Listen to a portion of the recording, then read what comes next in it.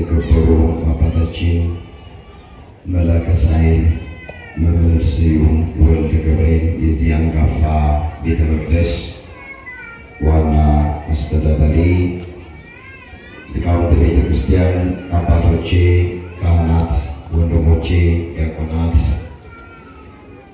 በዚህ የቅድስና ስፍራ ላይ ቃሉን ለመስማት መልአኩ ቅዱስ ሚካኤልን ለመማፀን ከሩቅ ከቅርብ የተሰበሰባችሁ አባቶች፣ እናቶች፣ እህቶች፣ ወንድሞች፣ ሕፃናትን ጨምሮ በእግዚአብሔር ሰላምታ እንደምን አደራችሁ? እንደምን አደራችሁ? አሜን። አምላካችን እግዚአብሔር ያለፈውን ጊዜ በሰላምና በጤና አስፈጽሞን በእድሜያችን ላይ ይህችን ቀን ተጨማሪ አድርጎልን ቃሉ በሚነገርበት ስፍራ ላይ የሰበሰበን የአባቶቻችን አምላክ የእኛም አምላክ እግዚአብሔር ስለማይነገር ስጦታው ቅዱስ ጳውሎስ እንደተናገረ ክብርና ምስጋና ይግባው። የእናታችን የእመቤታችን የቅድስት ድንግል ማርያም አማላጅነት አይለየን። በዛሬው ቀን በቤተ ክርስቲያናችን መታሰቢያቸው ከሚደረግላቸው ቅዱሳን አባቶቻችን ሁሉ ረድኤትና በረከት አምላካችን እግዚአብሔር ያሳትፈን። የምስጢር ባለቤት ቸሩ አምላካችን እግዚአብሔር የተሰወረውን የወንጌል ምስጢር ለሁላችን ገልጦ የሚረባንን የሚጠቅመንን ነገር እንዲያስተምረን የእሱ ቅዱስ ፈቃዱ ይሆንልን። እንኳን አደረሳችሁ። እንግዲህ ብዙ ጊዜ እንኳን አደረሳችሁ የምንባባለው ጾሙ ሲፈታ ነው ይታወቃል። ነገር ግን ለክርስቲያን ጾም ሲፈታ ብቻ ሳይሆን ጾሙም ሲገባ እንኳን አደረሳችሁ ልንባባል ይገባናል።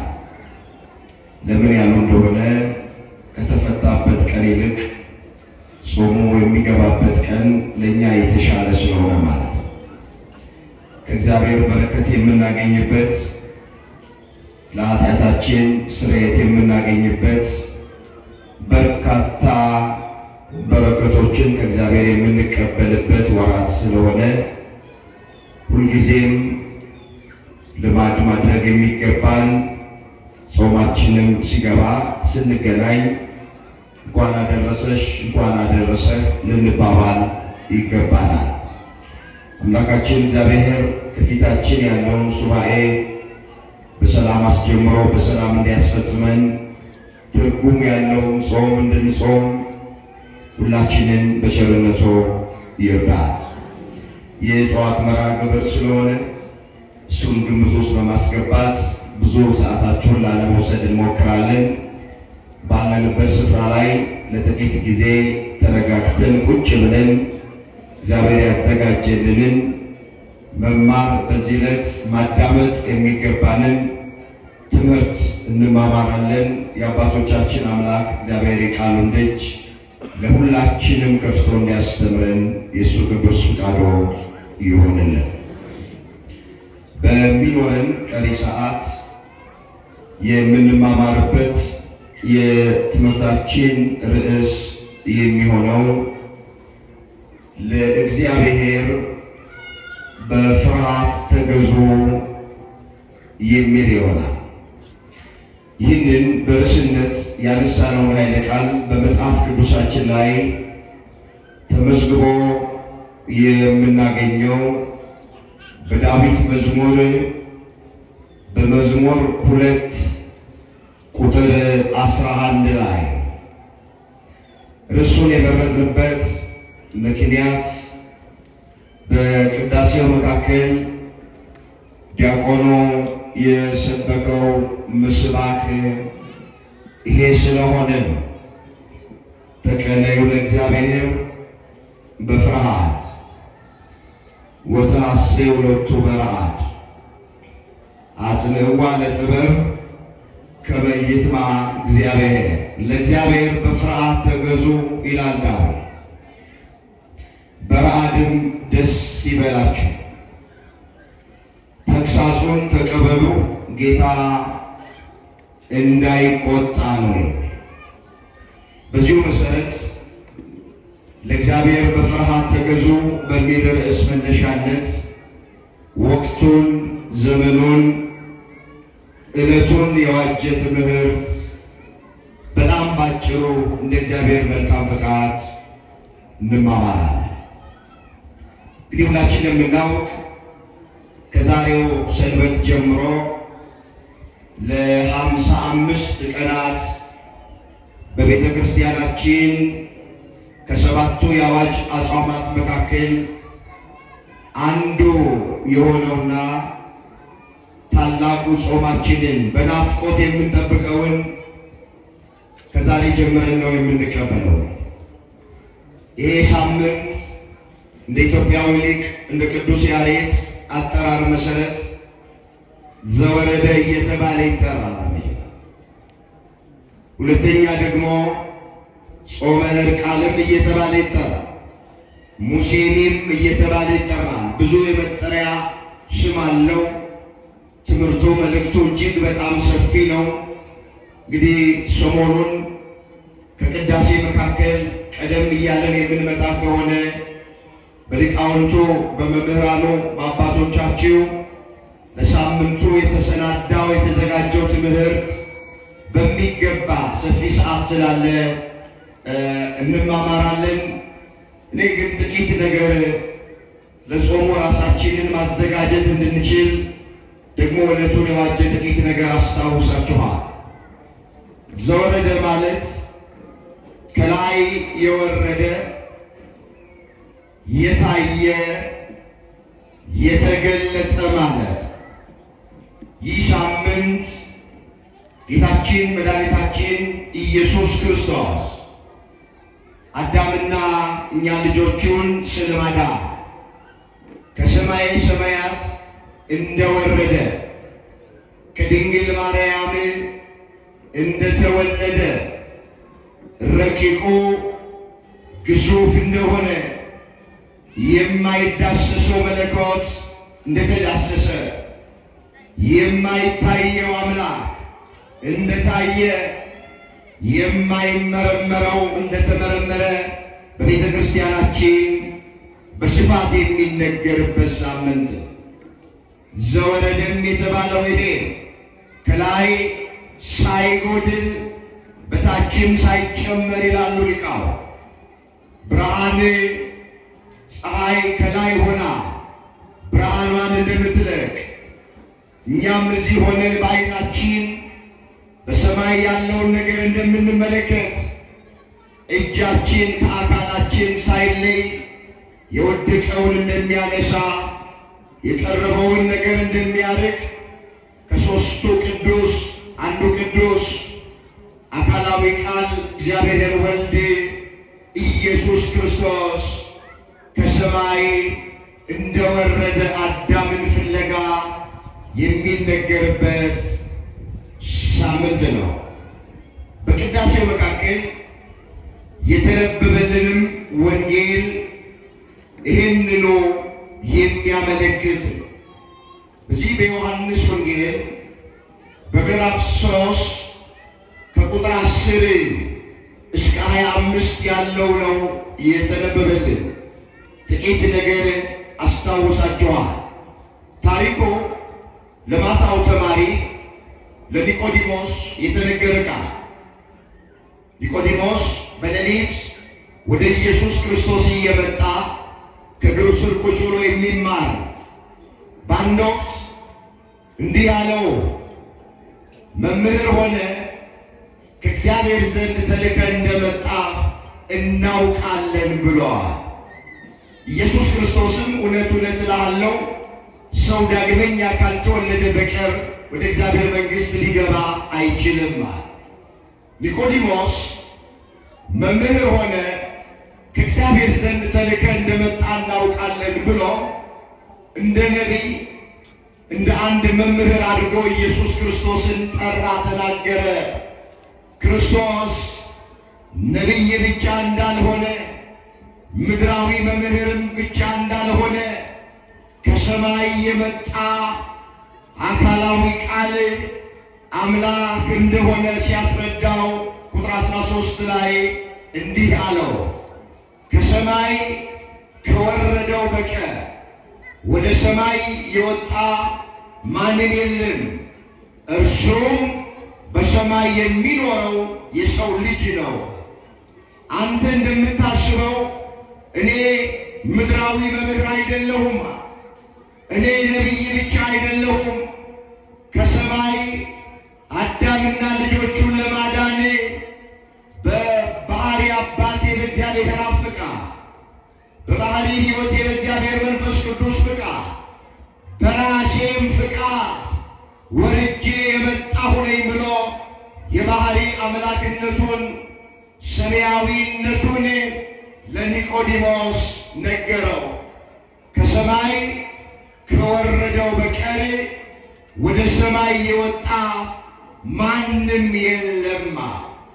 ከሰማይ ወረደ ማለት ልደቱን የሚያመለክት ነው።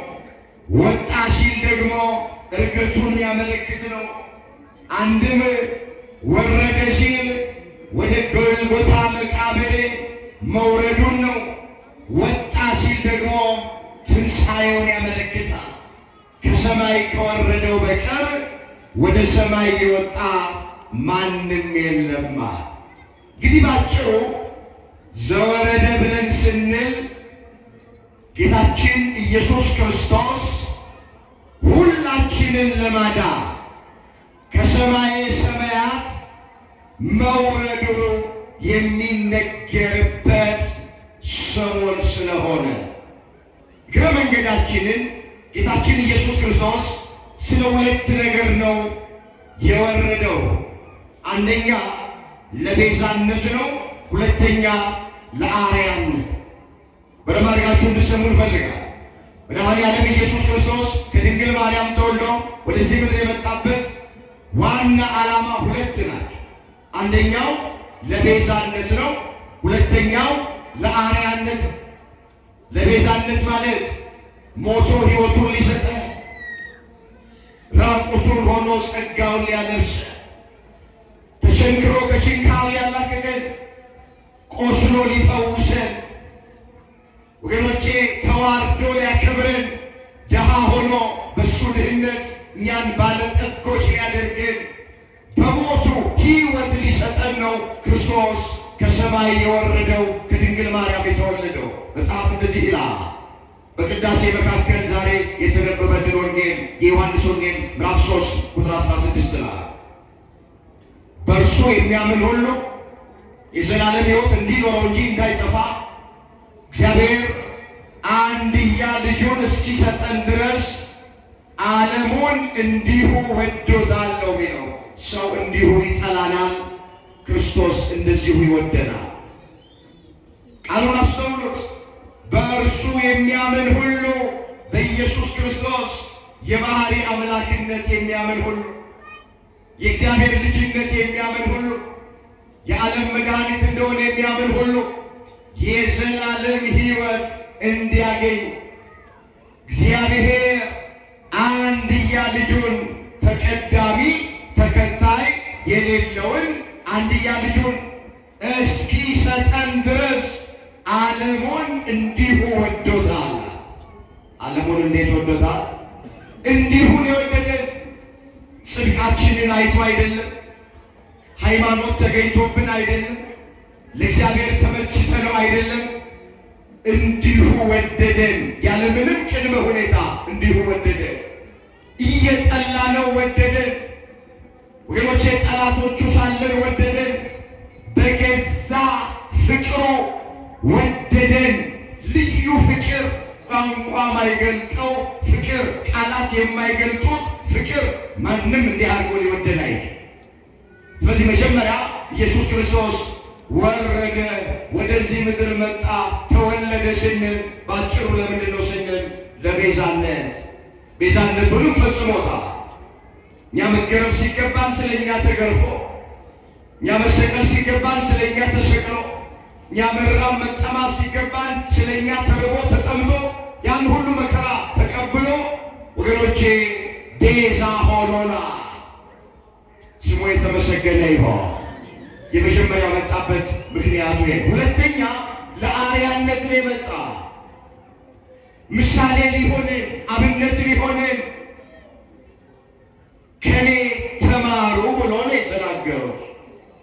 እዛ የማቴዎስ ወንጌል ምዕራፍ 11 ቁጥር 29 ይላል ከእኔ ተማሩ እኔ የዋህ በልቤም ትሑት ነኝ አለ።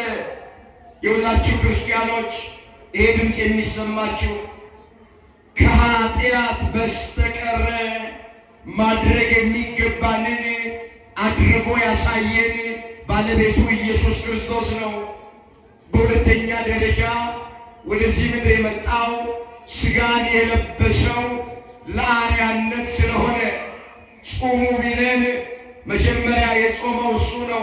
40 መዓልት 40 ሌሊት ከቆመ ሳይንቀሳቀስ ከዘረጋ ሳያጥፍ ያለምንም እህል ውሃ ጾመ፣ ጸለየ፣ በዲያብሎስ ተፈተነ፣ ዲያብሎስን ድል አደረገ። ዲያብሎስን ድል የምናደርግበትን ጾም ስርዓት አድርጎ ሰራ። አርያነቱ ይሄ ጸልዩ ቢለን ጸልዮ ነው። ይቅርታ አድርጉ ቢለን ጎኑን በጦር የወጉትን እጆቹን በሚስማር የቸነከሩትን የሸዋ አክሊል የደፉበትን ሥጋው አልቆ አጥንቱ ነጭ በረዶ መስሎ ሲታይ 6666 ጊዜ በጅራፍ የገረፉትን አባት ሆይ የሚያደርጉትን አያውቁምና ይቅር በላቸው ብሎ ይቅርታ ማድረግን ያስተማረን እሱ ነው። ስለዚህ አሁን ለመጾም ጾሙን ለመቀበል በዝግጅት ላይ ያለውን ይህንን ጾመ ኢየሱስ ተብሎ የሚጠራው ወይም አብይ ጾም እየተባለ የሚጠራው ጾመ ሁዳዴ እየተባለ የሚጠራው የካሳ ጾም እየተባለ የሚጠራው አስቀድሞ የጾመው ባለቤቱ ኢየሱስ ክርስቶስ ነው። እሱን ተከትለን ነው። እሱን አብነት አድርገን ነው። እሱን አርያ ምሳሌ አድርገን ነው እኛ ኦርቶዶክሳውያን የምንጾመው። አንዳንድ ሰዎች ባለማወቅ ጌታ ስለ ጾመልኝ አልጾምም ብለው ይናገራል። ወገኖቼ በጣም ሰነፎች ናቸው። ጌታችን የጾመው እኛ እንዳንጾም አይደለም፣ ለእኛ ምሳሌ ሊሆነ። ለምሳሌ ጌታችን ጸልየዋል። እሱ የጸለየው እኛ እንዳንጸልይ አይደለም፣ እኛ መጸለይ እንድንችል ነው። ሊያስተምረን ነው የጸለየ። ጌታችን ተጠምቋል። እናንተ አትጠመቁ ሲለን አይደለም፣ እኛ መጠመቅ እንዲገባን ምሳሌ ሲሆነን ነው። ሌሎችም የሰራቸው ብዙ ስራዎች አሉ። እሱን ተከትለን እንድንሰራ እሱን አብነት አድርገን እሱን አርያ አድርገን እንድንፈጽማቸው። ለምን መጽሐፍ በእርሱ እኖራለሁ የሚል እሱ እንደተመላለሰ ሊመላለስ ይገባዋል ተብሎ በአንደኛ ዮሐንስ መልእክት በምዕራፍ 2 ቁጥር 6 ላይ እንደተመዘገበ። እስኪ ላስቸግራችሁ፣ ቃሉን አብረን እንበለው። በእርሱ በርሱ ሁላችሁ ተናገሩ። እግዚአብሔር ቃል ነው። በእርሱ እኖራለሁ የሚል እርሱ እንደተመላለሰ ሊመላለስ ይገባዋል። ምን ይለዋል? ቃሉን አስተውሉት። በእርሱ እኖራለሁ የሚል በኢየሱስ ክርስቶስ እኖራለሁ የሚል ኢየሱስ ክርስቶስን አምናለሁ የሚል እሱ እንደተመላለሰ ሊመላለስ ይገባዋል። እንዴት ነው ኢየሱስ ክርስቶስ በዚህ ምድር ላይ ሲመላለስ የነበረው? ይጾም ነበራ፣ ይጸልይ ነበራ፣ ይሰግድ ነበራ፣ ትሑት ነበራ። አሁን አንዳንዶች ኢየሱስ ክርስቶስ አጋንንት እንዳወጣ አጋንንት ማውጣት የሚፈልጉ ሰዎች አሉ። ኢየሱስ ክርስቶስ ተአምር እንደሰራ ተአምር መስራት የሚፈልጉ ሰዎች አሉ። ነገር ግን እንደጾመ ግን መጾም አይፈልጉ። በጣም እኮ የሚገርም እኮ ክርስቶስን እናምናለን ይላሉ። እሱን ነው የምንከተለው። በጌታ ነን ይሏችኋል። በጌታ ነን። በጌታ ከሆኑ ጌታ እንደተመላለሰ መመላለስ ነዋ። ክርስቶስ የተመላለሰው በዚህ ምድር ጾመኛ ነበር። ክርስቶስ የወላችሁ መጽሐፍ ቅዱስ የጾም መጽሐፍ ነው። የጾምን መጽሐፍ ተሸክሞ ጾምን መቃወም ስንፍና ነው። እስኪ አብራችሁ ይመሩ። መጽሐፍ ቅዱስ በሉ። መጽሐፍ ቅዱስ የጾም መጽሐፍ። የምን መጽሐፍ ነው? ላይ ብናነብ መጽሐፍ ቅዱስ ስለ ጾም ነው የሚናገረው። ነቢያቱ እንደጾሙ በብሉይ ኪዳን ያሉት አባቶቻችን እነ ነቢዩ ኤልያስ እነ ነቢዩ ሙሴ 40 ቀን እንደጾሙ፣ እነ ዳዊት እነ ዳንኤል እንደጾሙ፣ አዲስ ኪዳን ላይም ስንመጣ ሐዋርያቱ ጾመኞች ናቸው። አባቶቻችን ጾመኞች ናቸው። ስለዚህ ነቢይ ነኝ እያሉ ወገኖቼ እንደ ነቢያት አለመጾም ስህተት ነው። ዛሬ ብዙዎች ነቢይ ነን ይላሉ። ነገር ግን ነቢያቱ እነ ኤልያስ ጾመኞች ናቸው፣ እነ ሙሴ ጾመኞች ናቸው፣ እነ ዳዊት ጾመኞች ናቸው። መጽሐፍ ቅዱስ የጾም መጽሐፍ ነው። የጾምን መጽሐፍ ተሸክሞ ጾምን መቃወም አይገባም። ይህንን ብትበሉ መልካችሁ ያምራል፣ ሰውነታችሁ ይወፍራል ተብሎ በመጽሐፍ ቅዱስ አልተጻፈም። በመጽሐፍ ቅዱስ የተጻፈው ብትጾሙ ትጠቀማላችሁ ነው የተባለው። ብትጾሙ ምን ትላላችሁ? አቤት። ስለዚህ ክርስቶስ ወደዚህ ምድር የመጣው መጀመሪያ ለቤዛነት ነው፣ ቤዛነቱን ፈጽሞታል። ሁለተኛ ለአርያነት ነው፣ አርያነቱ ጾም ነው። እንግዲህ ጾሙ ከዛሬ ጀምሮ ገብቷል። ያው ዛሬ እንደቀበል አድርገን እንቀበላለን፣ ግን ዘወረደ ብለን ተቀብለነዋል። ርዕሳችን ለእግዚአብሔር በፍርሃት ተገዙ የሚል ነው። ለእግዚአብሔር የመገዛታችን አንደኛው ምልክት ደግሞ ጾም ስለሆነ በፍርሃት ሆነን እንድንጾም ለእሱ እንድንገዛ መድኃኔ ዓለም ኢየሱስ ክርስቶስ ሁላችንን በቸርነቱ ይርዳ። እንግዲህ ሶስት ነገሮችን በጣም ባጭሩ ከዛሬው ቀን የምንማራቸውን ጠቁሜያችሁ መልእክቴን አጠናቀቃል። በመጀመሪያ ከዛሬው ቀን የምንማረው ለእግዚአብሔር በፍርሃት መገዛት እንዳለብን፣ ስንጾም በፍርሃት፣ ስንጸልይ በፍርሃት፣ ስናገለግል በፍርሃት። ለምን መጽሐፍ እንደሚናገር የጥበብ መጀመሪያው ማንን መፍራት ስለሆነ። አቤት። እስኪ የጥበብ መጀመሪያው እግዚአብሔርን መፍራት ነው። ማንን መፍራት ነው? እዛ መጽሐፈ ምሳሌ ምዕራፍ 1 ቁጥር 7 ላይ ተመዘገበ። ይሄ የመጀመሪያው ከዕለቱ የምንማረው ርዕሳችን ለእግዚአብሔር በፍርሃት ተገዙ አይደለም። ስለዚህ ፈሪሃ እግዚአብሔር ያስፈልጋል። ልዩነት ሻል እኛም ካህናት እናንተም ምእመናን፣ አገልጋይ ተገልጋይ፣ ድሃ ሀብታም፣ በአማረ ቤት የሚኖር በደሳሳ ጎጆ ውስጥ የሚኖር የተማረ ያልተማረ ሁላችንም እግዚአብሔርን መፍራት አለ። በፍርሃት ማገልገል፣ በፍርሃት መስበክ፣ በፍርሃት መዘመር፣ በፍርሃት መቀደስ፣ በፍርሃት ቁጭ ብሎ ቃሉን መስማት፣ በፍርሃት መጾም፣ አምልኮተ እግዚአብሔርን በሙሉ በፍርሃት ነው። መጀመሪያ ነው እሱን የሚፈራ ልብ እግዚአብሔር ለሁላችንም ይስጥ። አሜን በሉት። ዛሬ ማን ነው እግዚአብሔር የሚፈራ? እስኪ እኔም ራሴ ልይ እናንተ ነው። እኛ አገልጋዮቹ የምንፈራው እግዚአብሔር እንዴት በየዓመቱ ምስባኩን መስበክ ቀላል እኮ ነው። ግን ማን ነው ዛሬ እውነት ከልብ እስኪ ራሳችን እግዚአብሔርን የሚፈራ ነጋዴ ያደረውን ትኩስ ሆኖ ባይሸጥ፣ እግዚአብሔርን የሚፈራ ሐኪም ራሱን አሞት ለመጣ ሰው 30 አይነት ምርመራ እኮ ያዘው። እግዚአብሔርን የሚፈራ ጠበቃና ዳኛ የ5 ደቂቃ ጉዳይ የ5 ዓመት ጉዳይ እኮ ያለው። ወገኖቼ እግዚአብሔርን የሚፈራ ባል ለቃል ኪዳን ሚስቱ ታማኝ፣ እግዚአብሔርን የምትፈራ ሚስት ለቃል ኪዳን ባሏ ታማኝ ነው። አሁን ይላችሁ ከትውልዱ የጠፋው ፈሪሃ እግዚአብሔር ነው። ከመንፈሳውያን ከኛ ከዓለማውያን ወንበር ላይ ከተቀመጡትም እግዚአብሔርን መፍራት ጠፍቷል።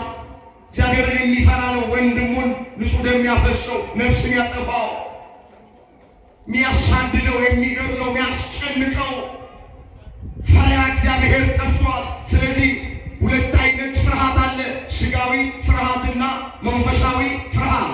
አሁን ስለ ስጋዊ ፍርሃት አይደለም፣ እሱ በኃጢአት በኃጢአት ምክንያት የመጣ ፍርሃት ነው። ሰይጣን በልባችን ውስጥ የሚጨምረው መንፈስ ነው። ስለሱ አይደለም።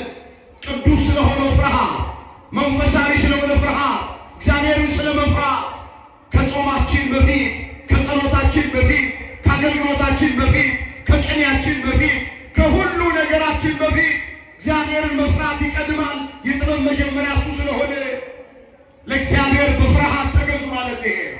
ለእሱ በፍርሃት እንድንገዛ፣ በፍርሃት እንድንጾም፣ በፍርሃት እንድንሰግድ አምላካችን እግዚአብሔር ሁላችንን ይርዳ። የመጀመሪያው ይሄ። ሁለተኛ ከእሱ የምንማረው ነገር ምንድን ነው ብለን ስንል ጌታችን መድኃኒታችን ኢየሱስ ክርስቶስ ከሰማይ የወረደው ዘወረደ የምንለው ወገኖቼ የወደቀውን አዳም ለማንሳት ነው የወረደው። ስለዚህ እኛም መውረድ አለ። ሰገነት ላይ ወጣ፣ ማማ ላይ ያለ ራሳችን የሆነ ቦታ ይሰጠ። መውረድ ዝቅ ማለት ክርስትና ዝቅ ማለት። ሐዋርያው ቅዱስ ጳውሎስ ስለዚህ የተናገረውን አነባለሁ። ፊልጵስዩስ ምዕራፍ 2 ቁጥር 6 ላይ ስለ ክርስቶስ ዝቅ ማለት እንዴት እንደወረደ ራሱ እንዴት ዝቅ እንዳደረገ ሐዋርያው እንዲህ ብሎ ተናግሯል። ፊልጵስዩስ ምዕራፍ 2 ቁጥር 6 ላይ እርሱ ብሎ ይጀምራል። በእግዚአብሔር መልክ ሲኖር ሳለ ከእግዚአብሔር ጋር መተካከልን መቀማት እንደሚገባው ነገር አልቆጠረም። ነገር ግን የባሪያውን መልክ ይዞ በሰው ምሳሌ ሆኖ ራሱን ዝቅ አደረገ። በምስሉም እንደ ሰው ተገኝቶ ራሱን አዋረደ። ቃሉን አስተውሉት። በእግዚአብሔር መልክ ሲኖር ሳለ፣ እግዚአብሔር ሆኖ ሳለ ራሱን ዝቅ አደረገ፣ ራሱን አዋረደ። ለዓይን በሚከፋ ለአፍንጫ በሚከረፋ ስፍራ በቤተልሔም ዋሻ በከብቶች ግርግም ተወለደ። ለእግዚአብሔር ሰው መሆን በጣም በጣም ራስን ዝቅ ማድረግ ነው። ስለዚህ ክርስቶስ ራሱን አዋርዶ ዝቅ አድርጎ የባሪያውን መልክ ይዞ መጣ። ከላይ ወደ ታች ወረደ። ስለዚህ እኛ ይህ ድምፅ የሚሰማ ምንም ነገር ሊኖረን ይችላል። ብዙ ገንዘብ ሊኖረን ይችላል። ስልጣን ሊኖረን ይችላል። ባለ እውቀቶች ልንሆን እንችላለን። ዝነኛና ስመጥር ልንሆን እንችላለን። ባካችሁ ራሳችንን ዝቅ ዝቅ ነው። በየዓመቱ የዐቢይ ጾም የመጀመሪያው ሳምንት ዘወረደ ነው ማለት ብቻ በቂ አይደለም። እኛም መውረድ አለ። ዛሬ እኮ ሀገራችን እንደዚህ አይነት አጣብቂኝ ውስጥ የገባችው ዝቅ ማለት ይቋቋል። ሌላ ነገር መሰላችሁ? ከኔ በላይ ማን አለ የሚል በዝቶ እንጂ ራሳችንን በክርስቶስ ዝቅ ብናዋርድ ከኔ ወንድሜ ይሻላል፣ ከኔ እህቴ ይሻላለች፣ ከኔ አባ ከኔ ይሻላል፣ ከኔ መምህር ከኔ ይሻላል ብለን ራሳችንን ዝቅ ብናደርግ ዓለማችንም ሀገራችንም እንደዚህ አይነት መከራ ውስጥ አትገባም ነበረ። ቤተ ክርስቲያኒቱ እንደ በሶ የምትበጠበጠው እኔ ልታይ በሚሉ ሰዎች። ዘወረደ ማለት ብቻ አይደለም፣ መውረድ ያስፈልጋል። ዝቅ ማለት አዳምን ሊያነሳ ወረደ። እኛም ድሆቹን፣ ምስኪኖቹን፣ ሰው የሌላቸውን፣ አስተዋሽ የሌላቸውን ዝቅ ብለን ማንሳት፣ ይሄ ነው ዘወረደ። መውረድ ክብርን መጣ፣ አለመመጻደቅ፣ አለመታበይ፣ ከኔ በላይ ማን አለ ማለት ይሄ ነው በዓሉ ትርጉም። አምላካችን እግዚአብሔር ከልምድ አምልኮ ወጥተን በእውቀት በሃይማኖት እሱ እንደሚወደውና እንደሚፈቅደው ጾሙን እንድንጾም ሁላችንን በቸርነቱ ይርዳ። ለእግዚአብሔር በፍርሃት ተገዙ ነው። እንግዲህ መገዛታችን የሚገለጠው አንዱ በጾም ነው ብለናል። ጾሙን እንግዲህ ያው ነገ ጠዋት ጀምረን እንጀምረዋለን። አምላካችን እግዚአብሔር በእውነት ምግብ የመቀየር ብቻ ሳይሆን ስጋና የስጋ ውጤቶችን ትቶ አትክልትና ሽሮ የመብላት ነገር ብቻ ሳይሆን በጾም ውስጥ የሚያስፈልጉትን ሁሉ አድርገን እግዚአብሔር የሚወደውና ደስ የሚሰኝበትን ጾም እንድንጾም መድኃኔዓለም ይርዳል። ከጾማችሁ በፊት ዛሬ እድል ስላላችሁ መጨረሻ ቃሌ ነው። የተጣላችሁ ሰዎች ታረቁ፣ በይቅርታ ጾሙን እንቀበል። እውነቴን ነው የምላችሁ። ንስሐ ያልገባን ሰዎች ካለን ከንስሐ አባቶቻችሁ ጋር ዛሬ ተገናኝታችሁ ኃጢአታችሁን ተናዘዙና በንስሐ ጾሙን እንቀበል። እግዚአብሔር በዚህ ይከብራል። ከተጣላነው ጋር ተጣርቀን ቂም በቀል ከልባችን አውጥተን ጥለን በይቅርታ ጾሙን የተቀበልነው እንደሆነ እግዚአብሔር ጾማችንን ይቀበላል። አሁን ከነገ ጠዋት ጀምሮ ጾም የነኩ ዕቃዎች በደንብ ይታጠባል። ጭልፋው ይታጠባል፣ ብረት ድስቱ ይታጠባል፣ ትሪው ይታጠባል። ጾም ስለነካ ጥሩ ነው መታጠብ። እኛስ መቼ ነው የምንታጠበው? ኃጢአት የነካን እኛ መቼ ነው የምንታጠበው? እናቶች አባቶች በየዓመቱ ዕቃ ብቻ እያጠቡ በኤሪያ በአጃክስ ይሄ በእንትን በብርጭቆ ወረቀት ዕቃ እየፈቀፈቀ የቆሸሸውን ጾም የነካውን እያጸዳ መቼ ነው እኔና እናንተ የምንታጠበው? አባቶች እናቶች በሐሜት የቆሸሸ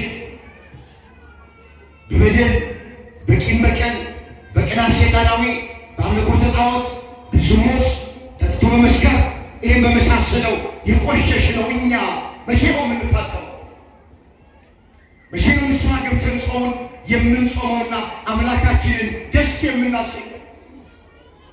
ስለዚህ ይህ ድምፅ የሚሰማችሁ እግዚአብሔር በጾማችን ሊደሰት ራሳችንን ለካህን እናሳይ፣ ከንስሐ አባታችን ጋር እንገናኝ።